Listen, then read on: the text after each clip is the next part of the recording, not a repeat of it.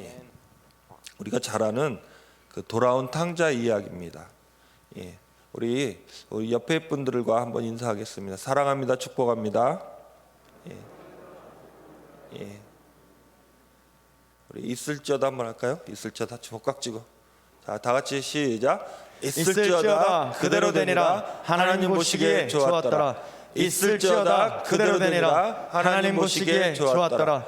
있을지어다 그대로 되니라 하나님 보시기에 좋았더라. 아멘. 예, 우리 감사합니다 하겠습니다. 감사합니다. 다 같이 시작. 감사합니다. 더 감사합니다. 갈수록 더 감사합니다. 감사는 기적을 가져옵니다. 감사합니다. 더 감사합니다. 갈수록 더 감사합니다. 감사는 기적을 가져옵니다. 감사합니다. 더 감사합니다. 갈수록 더 감사합니다. 감사는 기적을 가져옵니다. 아멘. 예, 아까 제가 기도할 때에 우리 성도님들 오늘 새벽부터 나와서 기도하시고 예배드리는데 오늘 일상 중에 감사가 넘쳤으면 좋겠다라는 생각이 들었어요. 그래서 여러분들을 위해서 기도할 때에 여러분들 오늘 삶 가운데 하루 종일 감사가 넘치기를 간절히 축원합니다. 아멘. 예. 오늘부터 우리가 월요일부터 용서에 대한 말씀을 듣고 있습니다. 예, 용서에 대해서 저도 어떤 말씀을 전할까 이렇게 생각하면서 용서를 계속 묵상해 봤습니다.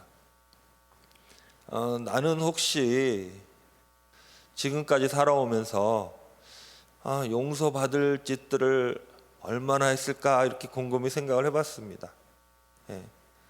그리고 또 나는 누군가를 미워하면서 누군가를 용서해야 하지 않을까 이런 것들을 곰곰이 생각을 해보았습니다. 예. 근데 이제 요 근래 일이 아니라 한 10년 전부터 있었던 일들을 하나하나 이렇게 생각을 해보았어요. 예.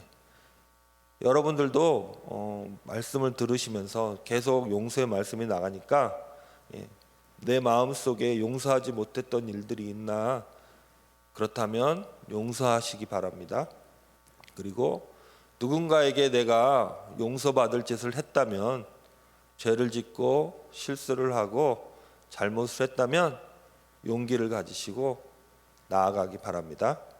그에게 돌아가서 용서를 구할 수 있는 우리 한밭제일교회 성도님 되시기를 간절히 축원합니다. 아멘. 예, 용서는 말은 쉬운데 참 어려운 것 같아요. 예, 용서는 너무나 어렵습니다. 왜냐하면 내가 용서해야 할 그 대상들을 이렇게 보면 내가 미워하는 사람이, 내가 좋아하는 사람은 내가 용서하지 않잖아요. 예, 내가 싫어하고 내가 좋아하지 않는 사람들이 그 용서의 대상이기 때문에 용서한다는 것은 참 어려운 일 같아요. 예. 그래서 용서를 하려면 우리 안에 사랑이 있어야 합니다. 공감하십니까? 그래서 용서는 사랑인 것 같아요. 그런데 예수님께서 우리에게 사랑을 말씀하시는데 어떻게 말씀하시냐면 네가 좋아하는 사람, 네가 사랑하는 사람을 사랑하라 말씀하시는 것이 아니라 너와 전혀 관계가 없는 사람, 심지어 너를 미워하는 사람, 너의 원수된 사람도 사랑하라고 말씀하셨어요. 용서도 마찬가지인 것 같아요. 용서도 나랑 가깝고 친하고 매일 만나는 사람 용서해야겠죠. 사랑해야 돼요. 용서해야 돼요. 그런데 이 용서는 나의 자존심을 짓밟는 사람,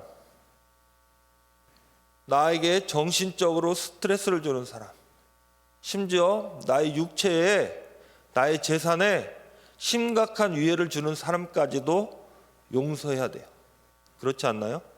예, 용서는 해서 해도 되고 해서 안 해도 되는 그런 선택이 아니라 말씀을 읽다 보면 용서는 우리가 마땅히 해야 되는 우리의 임무이고 명령이기 때문이에요. 용서는 너무나 어렵습니다. 그래서 용서를 위해서는 우리가 사랑을 가지고 있어야 돼요. 베드로가 예수님에게 질문했습니다. 주님, 형제가 나에게 죄를 짓거든, 내게 잘못을 하거든 내가 몇 번이나 그를 용서해야 합니까? 라고 물어봅니다. 다 아시죠? 몇 번이죠? 7번이죠? 예. 주님, 내가 나에게 죄를 지은 형제를 7번 용서하면 되겠습니까? 라고 물어봅니다. 여러분에게 누군가가 사기를 쳤어요. 잘못을 했어요. 그러면 우리가 7번까지 참아주기가 쉽습니까? 아니에요. 7번을 참는다는 것은 엄청난 인내가 필요해요. 예. 근데 예수님은 뭐라고 말씀하십니까? 7번씩 70번이라도 하라고 말씀하십니다. 7번씩 70번. 그 말은 뭐예요? 용서는 무조건이라는 거예요. 너에게 잘못한 사람이 있으면 무조건 용서하라는 거예요. 예. 그런 은혜가 있기를 바랍니다. 예수님의 명령이에요. 예수님이 여러분들에게 똑같이 말씀하시는 거예요. 너를 힘들게 하는 사람, 너를 아프게 하는 사람, 너에게 고통 주는 사람 있느냐? 용서해. 용서하는데 무조건 용서해. 조건 없이 용서해. 무조건 사랑하는 마음으로 용서하라고 말씀하십니다. 왜냐하면 하나님은 여러분들을 사랑하시고 조건 없이 용서하셨기 때문이에요. 여러분들을 한번 들여다보세요. 나는 과연 용서를 말할 자격이 있는 사람인가? 나는 누군가를 과연 용서해 줄 수 있는 그런 인격이나 자격을 갖고 있는가 한번 돌아보세요. 예. 우리가 용서에 대한 말씀을 듣는데 제가 용서에 관한 책 어원 루저 목사님이 쓰신 책 나는 너를 용서하였다. 이 책에서 그 서문에 보면 이런 이야기가 나옵니다. 우리 자막 띄워주세요. 예. 우리 같이 한번 읽어볼까요? 다 같이 시작. 우리 중 어느 누구도 용서받을 만한 자격이 있는 사람은 아무도 없다. 하나님은 우리에게 아무것도 빚지지 않으셨으나 그럼에도 불구하고 우리에게 가당찮은 구원을 허락하셨다. 지옥에 떨어지게 마땅한 우리를 하나님은 구속하셨다. 예. 예수님이 하나님께서 여러분들을 구원하신 줄 믿습니까? 예. 우리는 지옥불에 떨어져야 할 마땅한 죄인들이었습니다. 그런데 하나님은 우리를 구원해 주셨습니다. 그런데 여기 보면 어느 누구도 용서받을 만한 자격이 있는 사람은 아무도 없다 이 말을 하고 있어요. 그 말은 뭐예요? 우리 모두는 다 죄인이란 얘기예요. 죄 가운데 있는 원죄를 떠나서 아담의 원죄를 떠나서 우리 모두는 다 죄인들이라는 거예요. 그래서 로마서 3장 23절 뭐라고 말합니까? 모든 사람이 죄를 범하였음에 하나님의 영광에 이르지 못한다라고 말씀하시는 거예요. 여러분들 한번 생각해 보세요. 나의 마음을 한번 들여다보세요. 내 마음에 선한 것이 얼마나 있나? 우리 마음속에 시기, 질투, 미움, 다툼, 원망, 악독 이런 것들이 가득하지 않습니까? 예, 우리 마음속에는 많은 죄들이 웅크리고 있어요. 그래서 어원 루저 목사님은 이렇게 말해요. 우리가 얼마나 심각한 죄인인지 우리 다시 한번 자막 다른 거 두 번째 거 띄워주세요. 예, 자 같이 읽어보겠습니다. 다 같이 시작. 우리가 우리의 모든 죄를 기억하는 것은 가능하지 않다. 대개 우리는 계속해서 양심을 찔러대는 죄만을 기억하기 쉽다. 게다가 우리는 알지 못하고 많은 죄를 짓는다. 예. 우리는 우리가 지은 죄들을 기억하지 못해요. 너무 많아서 기억하지 못하는데 우리가 기억하는 죄들은 우리가 심각하게 양심에 찔림이 있는 그런 죄들만 기억한다는 거예요. 우리는 다 잊어버려요. 내가 얼마나 많은 죄를 지었는지를 다 잊어버리는데 심각한 것들만 기억하고 있다는 거예요. 그리고 더 나아가서 뭐라고 말씀하시냐면요. 예. 우리는 죄를 짓고 살는데 내가 죄를 짓고 있는 그 순간도 나는 그것을 깨닫지 못하고 있다는 거예요. 심지어 하나님이 보실 때 거룩하신 하나님, 흠이 없으신 하나님이 보실 때에 우리의 모습은 완전 죄덩어리인 거예요. 근데 나는 의로운 척 살아가는 거예요. 나는 깨끗한 척 살아가는 거예요. 내가 죄를 짓고 있는 그 순간도 나는 내가 죄를 짓고 있는다는 것을 깨닫지 못하고 이해하지 못하고 깨끗한 척 살아가고 있다는 거예요. 인정하십니까? 예. 내 자신은 그런 사람이에요. 우리는 죄인 중에 죄인이에요. 그래서 바울 사도가 말하잖아요. 나는 죄인 중에 괴수라라고 말하고 있습니다. 아멘. 우리는 다른 사람을 정죄할 수도 또 다른 사람에게 죄를 용서받을 수도 없는 그러한 죄인들입니다. 그런 죄인인 우리를 하나님은 사랑하셔서 죄를 용서해 주셨어요. 우리를 하나님의 자녀 삼아 주신 줄로 믿습니다. 아멘. 그래서 주님께 나와야 돼요. 우리는 주님께 나와야 돼요. 그래야 우리가 더욱 깨끗해지고 의로워지는 거예요.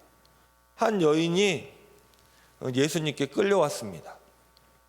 사람들이 이 여인을 막 질질 끌고 왔어요.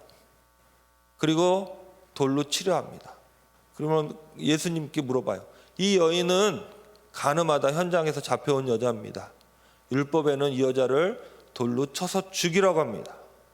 사람들의 눈에 살기가 들어있어요. 무시무시해요. 금방이라도 이 여인을 막 죽일 것 같아요. 그러면서 말해요. 예수님, 이 사람, 이 여자 어떡합니까? 지금 당장 죽여야 됩니까? 라고 막 물어봐요. 그때 예수님께서 땅에다 글을 쓰시잖아요. 한참을 쓰시는 거예요. 그리고 예수님이 말씀하십니다. 너희 중에 죄 없는 자가 먼저 돌로 치라. 이 말은 뭐예요? 한 사람 한 사람을 얘기하시는 거예요. 너 이 여자에게 돌 던질 자격이 있어? 너 이 여자에게 돌 던질 자격이 있어? 너는 자격이 있어? 너는 자격이 있어? 물어보는 거나 마찬가지. 그리고 다시 글을 쓰십니다. 이 여인은 땅바닥에 넘어져서 뒹굴뒹굴 굴르고 있어요. 예수님은 바닥에 글을 쓰실 때에 사람들이 다 한 사람 한 사람 떠나갑니다. 예. 그리고 예수님께서 말씀하세요. 나도 너를 정죄하지 않겠다. 나는 너를 용서한다. 가서 다시는 이와 같은 죄를 짓지 말라라고 말씀하십니다. 예. 간음은 큰 죄예요. 이 여인은 죄를 지었어요. 그것은 사실이에요. 그렇죠? 이 여인은 죄를 지었지만 누구도 이 여인에게 손가락질하고 정죄할 수 없어요. 왜냐하면 그 모습이 바로 나의 모습이기 때문이에요. 이 여인과 나는 똑같은 사람이에요. 죄만 다를 뿐이지. 그래서 우리는 정죄할 수 없습니다. 용서해야 되는 거예요. 그리고 이 여인에게 돌을 던지려고 했던 그 잔인하고 무서워 보이는 그 사람들이 바로 우리의 모습이에요. 우리는 죄인이면서 남을 비판하려 하고 정죄하려 하고 죽이려 하고 모함하고 그러한 모습이 바로 우리의 모습입니다. 예수님께서 말씀하셨어요. 내가 너를 용서한다. 다시는 너는 이와 같은 죄를 짓지 말라 말씀하시는 거예요. 여러분들이 죄인인 거 인정하십니까? 우리가 용서를 하려면 내가 죄인인 것을 먼저 깨달아야 돼요. 나는 죄인입니다. 나는 누군가를 용서할 자격도 없고 용서를 받을 수도 없는 사람입니다. 그런데 나를 불쌍히 여겨주시고 구원해 주시고 하나님의 자녀 삼아 주시니 감사합니다. 예, 감사가 있어야 될 줄로 믿습니다. 우리는 죄에 대해서 어떠한 것도 할 수 없어요. 우리는 심각한 죄인이기 때문에. 그런데 할 수 있는 게 있다는 거예요. 그것은 바로 죄를 대하는 나의 반응입니다. 그래서 용서는 죄에 대한 나의 반응으로부터 시작하는 것 같아요. 루저 목사님이 또 이렇게 말씀하십니다. 우리 한번 읽어볼까요? 다 같이 읽어보겠습니다. 시작. 바꿀 수 있는 것은 이미 일어난 일에 대한 우리의 반응뿐이다. 다시 말하면 하나님으로부터 받을 수 있는 용서와 우리로 인해 상처받은 사람들과의 화해의 노력인 것이다. 예, 우리가 이미 죄를 지었습니다. 그거는 사실이에요. 이미 일어난 일에 대한 이 일은 뭐예요? 우리가 이미 죄를 지었다는 거예요. 그런데 죄에 대해서는 우리가 어떻게 할 수 없지만 그 죄를 대하는 나의 태도, 그 반응은 그 반응에 따라서 달라진다는 말씀이에요. 과거에 일어났던 일들에 대해서 우리는 어떻게 할 수가 없어요. 내가 죄를 지었습니다. 그런데 그 죄가 너무 나를 힘들게 하고 나를 아프게 하기 때문에 그때로 돌아가서 그의 잘못들을 없앴으면 좋겠어요. 그런 적 없나요? 예. 내가 큰 실수를 했어요. 나 어떤 사람에게 큰 죄를 지었어요. 그게 너무나 가슴이 아파서 그때로 돌아가서 그 일이 없었으면 좋겠다라는 생각할 때가 많이 있어요. 그렇지 않습니까? 예. 그런데 그 죄를, 그 잘못을, 그 실수를 어떻게 할 수가 없어요. 과거로 돌아갈 수가 없기 때문에 어떻게 할 수가 없습니다. 그러나 그 죄에 대해서 나의 반응은 달라질 수가 있다는 거예요. 그게 바로 용서의 시작입니다. 제 이야기를 잠깐 하면, 제가 교통사고로 장애를 입었잖아요. 휠체어를 타게 됐는데 그래서 한 30년 전이에요. 예. 그때 저는 매일같이 생각했어요. 내가 그 택시를 타지 말았어야 되는데, 내가 그 아침에 일어나질 말았어야 되는데, 내가 그 순간에 그냥 집에 있었어야 되는데, 수없이 생각을 했어요. 100번, 1000번, 10,000번. 그러나 그 일이 없어지는 건 아니에요. 그렇죠? 그런데 하나님께 오니까, 예수님께 오니까 그 죄를, 그 사건을, 그 일을 대하는 나의 태도와 반응이 달라진다는 거예요. 그래서 어원 루저 목사님은 죄에 대한 반응이 달라질 때에 하나님의 용서가 있고, 또한 내가 어렵게 했던 그 사람과의 화해의 노력이 일어난다는 거예요. 여러분들은 죄인이에요. 죄를 지었고 앞으로도 계속 죄를 지어가며 살아가요. 그러나 죄에 대한 나의 반응이 달라지면, 그러면 오늘이 달라지는 거예요. 죄를 바꿀 수는 없지만 죄에 대한 나의 태도, 나의 반응을 바꿈으로 해서, 하나님께 나옴으로 해서, 예수님께 나옴으로 해서 내가 죄를 대하는 나의 행동이 달라질 때에 나의 미래가 달라지는 거예요. 믿습니까? 주님께 답이 있는 거예요. 예수님께 답이 있는 거예요. 그래서 주님께 나오라고 말씀하십니다. 아멘. 오늘 탕자의 말씀 비유를 보면, 탕자의 비유에서 우리가 얻을 수 있는 교훈이 있어요. 이 어원 루저 목사님은 탕자의 비유에서 가장 큰 교훈 한 가지를 얻을 수 있는데, 그것은 바로 선택과 결단이라는 거예요. 우리 한번 읽어보겠습니다. 이 성경의 비유가 우리에게 가르쳐 주는 것은 우리가 살아있는 한 최소한 마지막 올바른 선택 한 가지는 내릴 수 있다는 것이다. 현명한 선택이자 바른 선택이다. 우리가 살아있다면 항상 잘못된 선택을 하다가도 한 번은 가장 올바른 선택을 할 수 있는 기회가 있다는 거예요. 그게 무엇입니까? 아버지께 돌아가는 거예요. 탕자가 아버지께 돌아가기로 결정한 것, 그의 가장 옳은 선택. 여러분들이 예수님을 믿는 것, 하나님께 나오는 것, 가장 올바른 선택이라는 말씀이에요. 그러면서 어원 루저 목사님이 또 말합니다. 우리 같이 읽어보겠습니다. 인생이 무너져 내리는 경험을 하는 사람들 앞에는 결단의 순간이 온다. 뒤돌아갈 것인가 아니면 가던 길을 계속할 것인가의 결단을 내려라는 순간 말이다. 용서를 위해서는 결단이 필요합니다. 내가 살아가면서 결단의 순간이 온다는 거예요. 선택의 순간이 온다는 거예요. 그게 가장 올바른 선택이라고 말씀하십니다. 그래서 탕자의 교훈을 통해서 우리는 내가 선택할 기회가 있다. 그 기회를 나는 붙잡아야 된다. 그리고 그 순간이 분명히 온다라고 말하고 있습니다. 아버지에게 두 아들이 있었습니다. 둘째 아들이 아버지에게 재산을 달라 하면서 자기에게 줄 유산을 받아서 며칠이 못 되어 외국으로 떠나가 버렸습니다.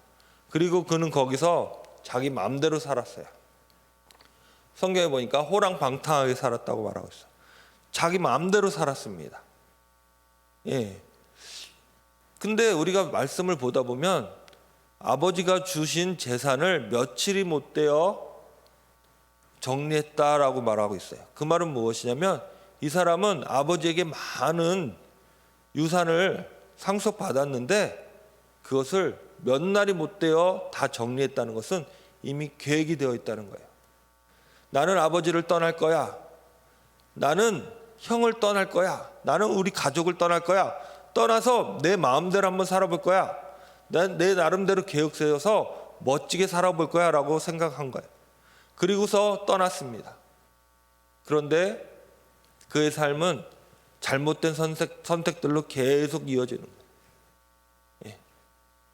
그는 떠났지만 자기의 의지로 자유를 찾아서 떠났지만 그는 잘못된 선택을 하게 되는 거예요. 계속해서 잘못된 선택을 해요. 그러나 마지막에 그가 굶주림에 그가 고통 속에서 신음할 그때에 그는 그 자신 최고의 선택을 하게 되는 것입니다. 그게 무엇이에요? 아버지를 떠올리는 거예요. 그리고 아버지에게 돌아가기로 결단하는 거예요. 여러분들, 우리가 삶을 살면서 잘못된 선택을 하게 돼요. 분명히 잘못된 선택들을 하게 돼요. 그러나 꼭 기억해야 할 것이 있습니다. 주님을 선택해야 된다는 거예요. 예수님을 선택해야 된다는 거예요. 하나님을 선택해야 된다는 거예요. 그 순간이 꼭 오게 되어 있어요. 그 순간이 왔을 때에 여러분, 주님을 붙잡는 여러분 되시기 바랍니다. 그러면 나의 반응이 달라질 때에 우리의 인생이 달라지게 되는 거예요. 회복이 나타나는 거예요. 이 아들은 상처가 있었어요. 아버지가 엄격하고 아버지의 그 교훈이 너무나 싫었어요. 그런데 이뿐만이 아니에요. 이 아들은 형이 있었는데 우리가 성경을 읽어보면 아버지와 그 형의 대화에서 알 수 있듯이 이 형은 아주 모범적인 사람이었어요. 그렇죠? 아버지의 의중을 따라서 논과 밭에서 열심히 일하고 전략하고 사람들에게 모두 칭찬받는 그런 사람이었어요. 근데 이 아들은 비교가 되는 거예요. 형하고 있으면 초라해지고 자존감이 낮아지고 열등감이 생기고 상처받은 사람이에요. 그래서 그는 집을 떠났습니다. 형은 우월하고 높아 보이는데 나는 사람들이 얘기했을 때 너는 안 돼. 너는 네 형을 봐봐. 너는 쓸모없는 사람이야. 너를 보면 너는 안 돼. 라고 말하는 그러한 열등감에 사로잡혔던 사람이에요. 그래서 외국을 떠났던 것입니다. 그런데 그가 고통을 당하고 굶주림을 기아 어려움을 당했을 때에 아버지가 떠오르게 되는 거예요. 그래서 그는 아버지에게로 돌아가기로 결정을 합니다. 우리 누가복음 15장 17절 18절 한번 읽어보겠습니다. 이에 스스로 돌이켜 이르되 내 아버지에게는 양식이 풍족한 품꾼이 얼마나 많은가. 나는 여기서 줄여 죽는구나. 내가 일어나 아버지께 가서 이르기를 아버지 내가 하늘과 아버지께 죄를 지었사오니. 그가 이제 아버지께 돌아가기로 결정합니다. 그의 인생에서 가장 잘한 결정이 여기서 아버지는 바로 하나님을 말씀하시는 거잖아요. 비유잖아요. 예수님의 비유예요. 우리의 인생, 우리 탕자 같은 우리의 삶 가운데 안 되는 일들이 계속 이어졌지만 하나님을 선택하고 예수님을 선택하는 가장 좋은 결정을 했을 때에 삶이 달라지게 되는 것입니다. 아멘. 그래서 어언루저 목사님은 이렇게 말씀을 하고 계십니다. 우리 한번 읽어볼까요? 하나님은 우리를 용서하신다고 말씀하신다. 그럼에도 불구하고 사탄은 계속해서 우리의 양심을 쪼아댄다. 그렇다면 당신은 누구의 말을 더 믿을 것인가? 이 아들이 아버지에게 돌아가기로 결정했어요. 결심했어요. 그리고 이제 아버지께 갑니다. 그런데 그 마음속에서 너는 안 돼. 너의 아버지는 지금 너에게 화가 나 있어. 너는 가면 너희 아버지가 받아줄 것 같아? 어림도 없어. 너는 도로 쫓겨나. 가나 마나야. 라는 그러한 소리가 들려와요. 그리고 사람들이 너를 손가락질할 거야. 너는 거지잖아. 너는 그냥 거기서 죽는 게 나아. 왜 아버지에게 가려고 해? 그냥 이국 땅에서 살아. 거기 가도 너는 똑같아. 아버지에게 간다고 네가 달라질 게 뭐가 있냐? 그리고 오히려 너만 더 불쌍해져. 너 형이 있잖아. 너 형이 너를 얼마나 비웃을 것 같으냐? 너 그냥 있어. 라는 소리가 들려옵니다. 그것은 바로 내 자신에게서 들려오는 소리예요. 그런데 어언루저 목사님 뭐라고 말합니까? 이 소리는 내 양심의 소리라고 말하지만 내 안에서 들려오는 소리라고 말하지만 사탄의 소리라는 거예요. 하나님은 너를 용서하셨다. 네가 돌아가면 너희 아버지는 너를 받아줄 거야. 너를 사랑하시잖아. 라는 하나님의 음성이 있는가 하면 그와 반대되는 마귀 사탄의 소리가 있다는 거예요. 근데 마귀 사탄의 소리는 내 소리같이 들려요. 내 안에서 양심의 소리처럼 그렇게 들린다는 거예요. 그런데 이 마귀 사탄의 소리는 하나님의 소리보다 더 크게 들려요. 마귀 사탄의 소리는 생각하면 생각할수록 더 크게 들려요. 그래서 아버지께 돌아가는 것을 방해하게 되는 것입니다. 예. 아들은 아버지에게 돌아가기로 결단했어요. 결정했어요. 돌아갑니다. 돌아가는 내내 마귀는 계속 못 가게 막는 거예요. 이때 우리는 용기가 필요한 거예요. 아니야, 믿음이 필요한 거예요. 믿음이 필요하고 용기가 필요한 거예요. 믿습니까? 하나님에 대한 믿음, 아버지에 대한 신뢰가 있어야 되고 더 나아가서 끝까지 마귀를 이겨낼 용기가 필요한 것입니다. 그래서 용기를 가지고 돌아가야 되는 거예요. 아버지에 대한 믿음을 가지고 돌아가야 되는 거예요. 마귀는 계속 얘기해요. 너 같은 것이, 너는 분명히 너는 가면 아버지에게 맞아 죽어. 너는 아버지를 네가 얼마나 모욕했니? 유산을 달라고 한 것은 너의 아버지를 네가 무시한 거야. 너를 아버지를 네가 멸시한 거야. 너 형이 기다리고 있잖아. 너 가면 안 돼. 라고 계속 참소해요. 그러나 그것을 이겨내야 된다는 거예요. 죄에 대해서 우리의 반응이 달라져야 된다는 거예요. 아멘. 여러분 삶 가운데 마귀는 계속해서 얘기해요. 너 저 인간 만나지 마. 너 용서할 필요 없잖아. 그냥 살아.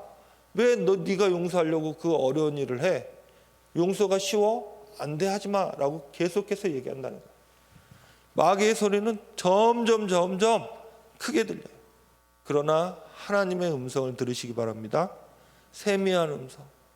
세미하게 들리지만 그 사랑의 음성을 듣는 여러분 되시기 바랍니다. 아멘. 그래서 아버지께 돌아가야 되는 거예요. 우리 누가복음 15장 20절부터 23절을 읽겠습니다. 시작. 일어나서 아버지께로 돌아가니라. 아직도 거리가 먼데 아버지가 그를 보고 측은히 여겨 달려가 목을 안고 입을 맞추니 아들이 이르되 아버지 내가 하늘과 아버지께 죄를 지었사오니 지금부터는 아버지의 아들이라 일컬음을 감당하지 못하겠나이다 하나 아버지는 종들에게 이르되 제일 좋은 옷을 내어다가 입히고 손에 가락지를 끼우고 발에 신을 신기라. 그리고 살진 송아지를 끌어다가 잡으라. 우리가 먹고 즐기자. 예, 아들이 아버지에게 왔습니다. 아버지는 아들을 기다리고 있었어요. 저 멀리서 오는 것을 알아보고 달려가서 그를 안아주고 그를 껴안고 뽀뽀를 합니다. 예, 아버지는 그를 기다리고 있었어요. 그리고 아들이 말합니다. 아버지, 내가 아버지께 죄를 지었습니다. 내가 하늘에 죄를 지었습니다. 용서하여 주옵소서. 용서해 주세요. 내가 너무너무 큰 죄를 지었습니다. 근데 놀라운 것은 아버지의 반응이, 아버지는 내가 너를 용서한다, 내가 너를 사랑한다 말하지 않아요. 아버지와 아들은 말이 필요 없는 관계이기 때문이에요. 아버지는 내가 너를 용서하마, 그래 너 잘못했지, 내가 너 용서해 줄게, 다시는 그러지 마, 이런 말씀을 하시는 게 아니에요. 그냥 그에게 옷을 입혀주시고 반지를 끼워주시고 새 신을 신겨주시고 그리고 송아지를 잡아 잔치를 베풀어 주십니다. 하나님과 여러분은 부모와 자식 관계잖아요. 하나님은 여러분들을 무조건 용서하십니다. 여러분들을 무조건 사랑하시는 거예요.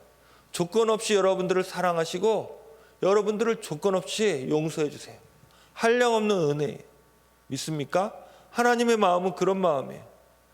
내가 너를 용서하마? 아니에요. 하나님은 무조건 용서하십니다. 여러분들을 자녀라고 인정하신 그 순간부터 하나님은 내가 너를 사랑한다? 아니에요. 그냥 무조건 사랑하시는 거예요. 믿습니까? 예. 하나님, 나를 조건 없이 사랑해 주시니, 이 죄인을 사랑해 주시니 너무너무 감사합니다.